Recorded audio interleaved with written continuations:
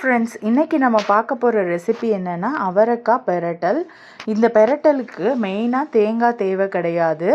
இது ஒரு கிரேவி மாதிரினே வச்சுக்கோங்களேன். இதுக்கு 2 பெரிய வெங்காயம், ஒரு தக்காளி, ஒரு 3/4 கப் அளவுக்கு நிலக்கடலை, ஒரு 10 பல் போல் பூண்டு, அப்புறம் அவரைக்காய். இதுதான் மெயினான இன்க்ரீடியண்ட்டு. ஃபஸ்ட்டு அவரைக்காயை ஒரு குக்கரில் போட்டு தண்ணி ஊற்றிட்டு உப்பு போட்டு ஒரு விசில் ஹையில் 2 நிமிஷம் சிம்மில் வச்சு எடுத்துக்கலாம். அப்புறமா ப்ளெயினாக வடை சட்டியில் எண்ணெய் எதுவும் ஊற்றாமல் நிலக்கடலையை போட்டு வறுத்துக்கலாம். இந்த நிலக்கடலை ஏன் நான் இவ்வளோ சேர்த்துருக்கேன் அப்படின்னா, நான் வறுத்து வச்சதுக்கப்புறம் கொஞ்சம் சமைக்கும் போது அப்பப்போ எடுத்து சாப்பிட்ருவேன். அதனால தான் நான் இவ்வளோ வறுத்துருக்கேன். ஜஸ்ட் நீங்கள் இதில் 3/4 கப் நம்ம எடுத்திருக்கோம் அப்படின்னா 1/2 கப் போட்டாவே போதும். அப்புறம் இதோட நம்ம ப்ளெயினாக நிலக்கடலை சேர்க்கும் போது அவ்வளோ ஒரு பஞ்சிங் டேஸ்ட்டாக இருக்காது. டேஸ்ட்டை என்ஹான்ஸ் பண்ணுறதுக்காக நம்ம இதில் பூண்டு சேர்த்துருக்கோம்.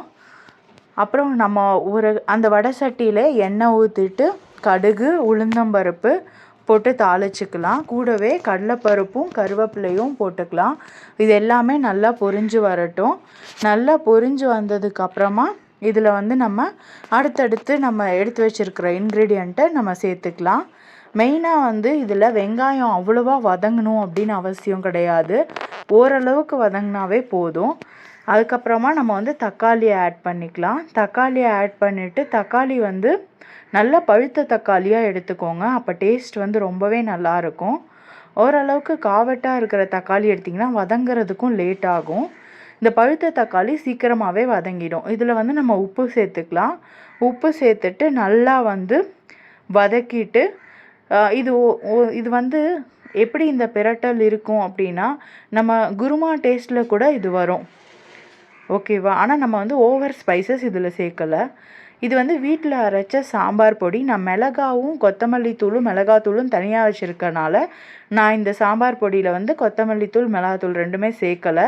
கொஞ்சமாக இதோடு நான் இப்போ மிளகாத்தூள் சேர்த்துக்கிற காரத்துக்காக. நம்ம வேறு எதுவுமே இதில் காரத்துக்காக ஆட் பண்ண போகிறது கிடையாது. அப்புறம் நல்லா வதங்கி பச்சை ஸ்மெல் போனதுக்கப்புறமா தண்ணி ஊற்றலாம். தண்ணி ஊற்றுனதுக்கப்புறம் நான் இதில் வெந்த அவரைக்காயை சேர்த்துடலாம். இந்த அவரைக்காய் ஆல்ரெடி வெந்திருக்கிறதுனால நம்ம ரொம்ப நேரம் வேக வைக்கணும்னு அவசியம் இல்லை. நல்லா இந்த மிக்சரோடு கலந்துட்டு கொதிச்சிச்சின்னா போதும். இப்படி கொதிக்கிற வச்ச நம்ம என்ன பண்ணணும்னா, அந்த நிலக்கடலையும் பூண்டும் எடுத்து வச்சோம் இல்லையா, அந்த பேஸ்ட்டை எடுத்து ஊற்றிடலாம்.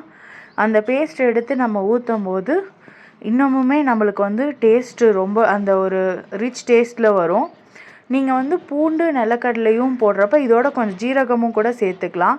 அப்படியே போட்டிங்க அப்படின்னா அது கட்டியாக இருக்கும். அதனால நான் இந்த நிலக்கடலையும் பூண்டையும் நல்லா அரைச்சி பால் மாதிரி கரைச்சிக்கிட்டேன். வடிகட்டலை கரைச்சிருக்கேன். அதுக்கப்புறம் பார்த்திங்கன்னா நல்லா கொதிக்குது. இது கொதிச்சு கொஞ்ச நேரம் ஒரு 2 மினிட்ஸ் கொதித்ததுக்கப்புறமேலே நம்ம ஆஃப் பண்ணிட்டா நம்மளோட அவரைக்காய் பிரட்டல் ரெடி. இது ரொம்பவே டேஸ்ட்டாக இருக்கும். சப்பாத்தி கூட அல்டிமேட்டாக இருக்கும். நீங்கள் வேணும்னா இது இட்லி தோசை கூட வச்சு சர்வ் பண்ணலாம். சாதத்துக்கு அப்படியே பிசைஞ்சு சாப்பிட்றதுக்கும் அவ்வளோ டேஸ்ட்டாக இருக்கும். ட்ரை பண்ணி பார்த்துட்டு எப்படி இருந்துச்சுன்னு சொல்லுங்கள் ஃப்ரெண்ட்ஸ். தேங்க்ஸ் ஃபார் வாட்சிங்.